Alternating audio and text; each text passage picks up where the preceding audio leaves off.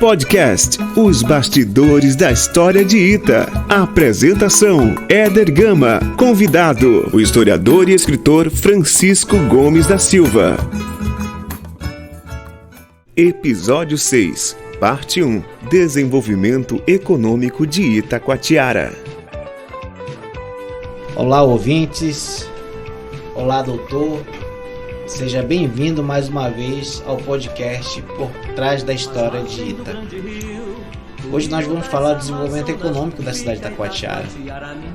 Então, para pensar as cidades da Amazônia e o seu desenvolvimento econômico, é preciso verificar como ocorre a construção das espacialidades urbanas que são evocadas entre os polos rural e urbano, capital e interior, centro e beira, tradicional e moderno, global e local.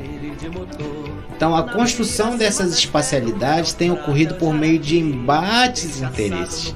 E nesses embates de interesses nós temos desenvolvimento econômico. Então, eu pergunto ao senhor, em que medida ou de que forma esses embates de interesses relacionados ao desenvolvimento econômico da cidade de Itacoatiara vem sendo colocada no decorrer do tempo do desenvolvimento histórico da cidade?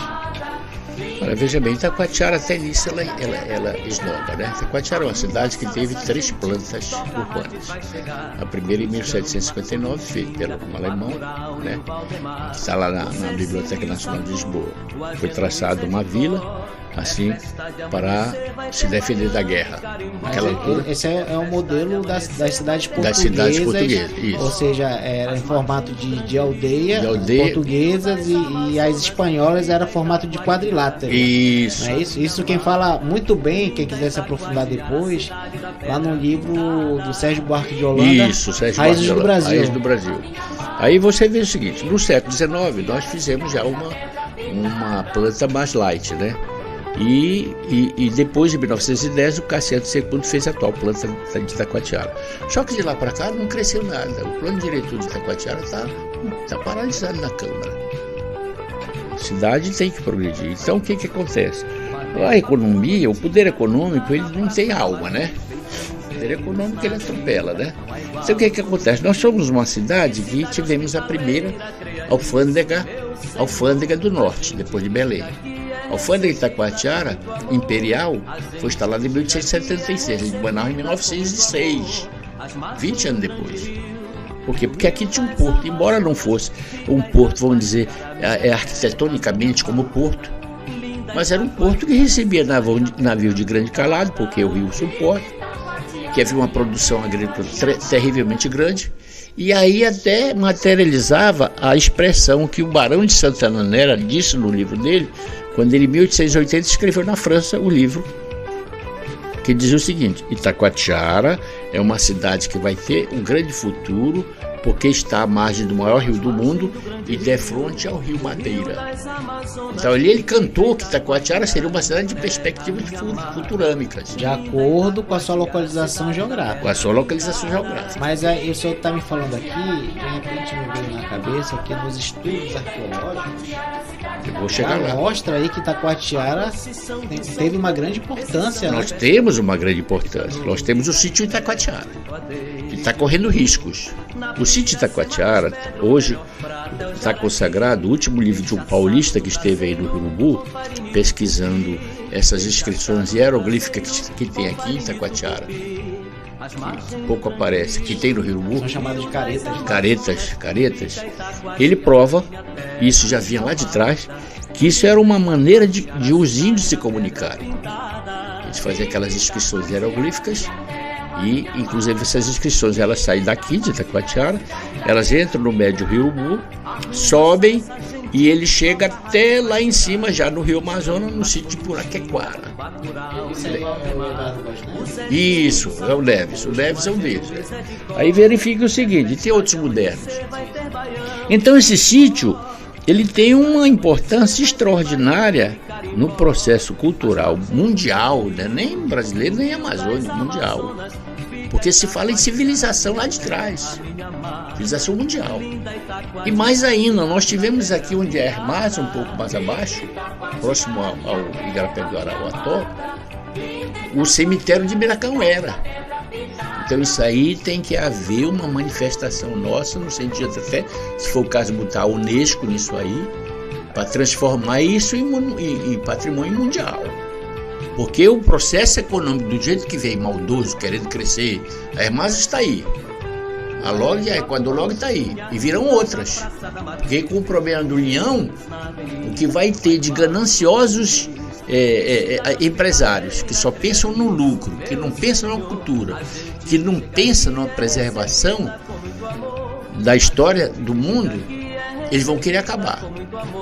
Os banqueiros, não é à toa que o Banco Interamericano de Desenvolvimento já esteve aí, está por aqui. Taquatiara está no radar dos caras. Ele está no radar dos caras. Então, se lá atrás nós tínhamos um porto alfandegado, o primeiro do norte depois do de Belém, 1876.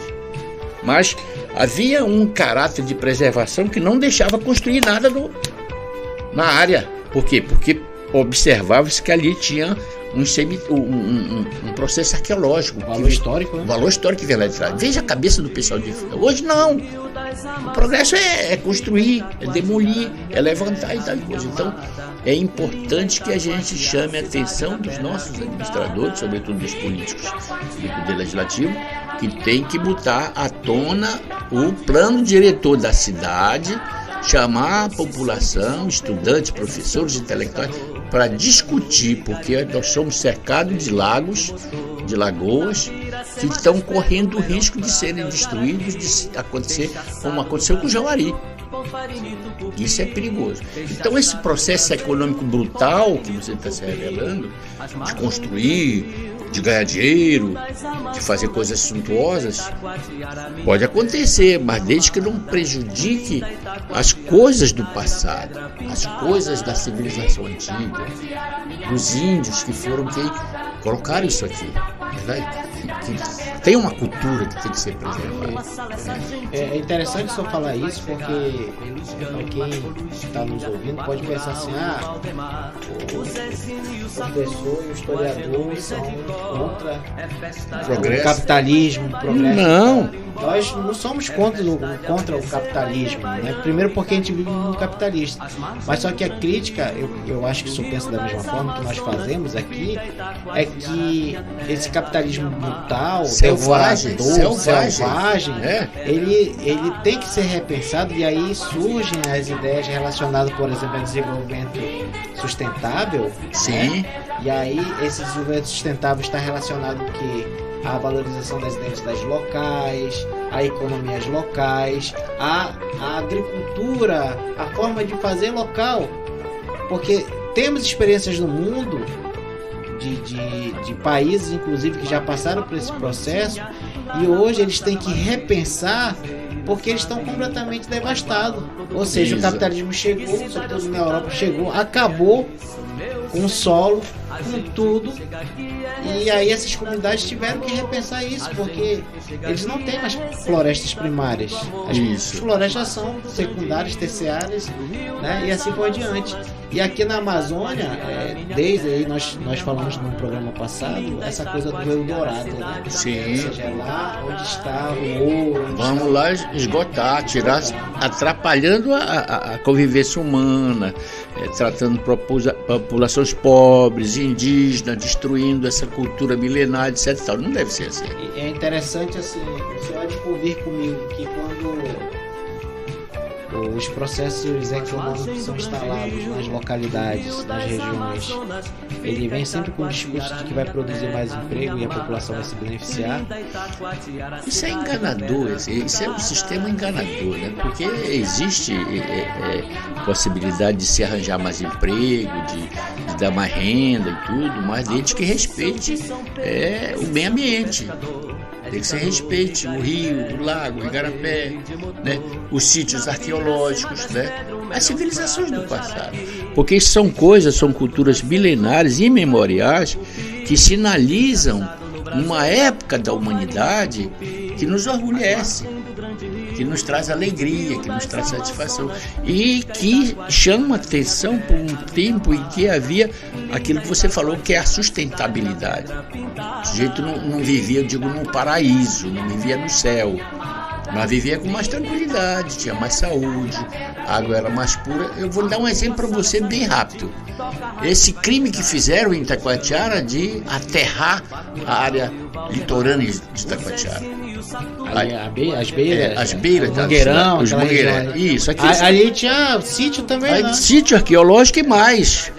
E aí eu me lembro do livro do Mormaço na Floresta, do Tiago de Melo, que ele faz uma referência idílica sobre os olhos d'água, que aqui em Itacoatiara havia muitos olhos d'água, e esse aterro suplantou os olhos d'água, criando um problema ecológico terrível.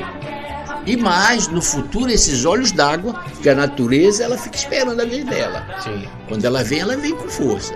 Esses olhos d'água estão comendo devagarzinho, vai chegar um tempo, não é agora, mas vai chegar, de que esse aterro vai descer. Já tá descendo. Vai só sobrar. Porque os olhos d'água estão lá reclamando. Tá partindo. Os olhos d'água dizem, eu estou aqui, esse pedaço é meu. Eu represento a natureza. Eu sou um dom de Deus. Entendeu? Então essas coisas, esse é que é o perigo. É esse chegar o engenheiro, chegar o cientista e impressionar, botar uma lousa, um quadro, olha, nós vamos arranjar tantos empregos, milhares de não sei o que e tal. Mas vem cá, e a nossa sustentabilidade? E a nossa tranquilidade? A nossa identidade? Cadê? Onde está? Ultimamente nós observamos na região do Rio Madeira, né? Sim. Aquela quantidade de Aquilo balsas. É um absurdo. Imagina. Aquilo é um absurdo. 300 balsas sugando o rio. Jogando como é que chama? Mercúrio. E doutor, e este ano nós passamos aí por uma crise relacionada a alimento de peixe. A peixe é consequência dessa devastação. É consequência dessa devastação. O INPA ainda não mostrou, mas pode-se inferir que sim, pode, né? Sim. Você começa a sugar do fundo do rio aquilo que está lá no fundo do rio. O lodo que o peixe come, o lodo que alimenta o peixe. E de repente também você, para clarear o rio, joga o veneno. Aquilo vai. O mercúrio é metal. Aquilo as crianças estão começando a sentir problema diarreico, problema de saúde, né? E o peixe que sobrevive, ele sobrevive doente. Suas vísceras trazendo. É o fim do mundo para quem gosta de peixe. Deus o livre. Imagina se eu não poder mais comer o tambaqui. Isso é demais. Ainda mais em Itacoatiara, que foi criado na mitologia do tambaqui, eu contei aqui. Olha aí. Provendo da deusa Iruri, né? Que ela estava no giral comendo o tambaqui. E de repente ela foi flagrada pelos filhos. E ela ficou tão envergonhada que voltou para o céu. Né? Talvez e aí agora vai haver uma inversão, né? O céu vai se voltar contra nós. Porque aí vai ter tormentas, vai ter temporais, vai ter banzeiros esquisitos, porque estão mexendo no que a natureza botou e que a gente deveria preservar, né? Podcast Os Bastidores da História de Ita. Realização Éder Gama. Patrocínio Lei Aldir Blanc. Governo Federal. Pátria Amada Brasil. Apoio Prefeitura de Itacoatiara. Juntos pra gente crescer.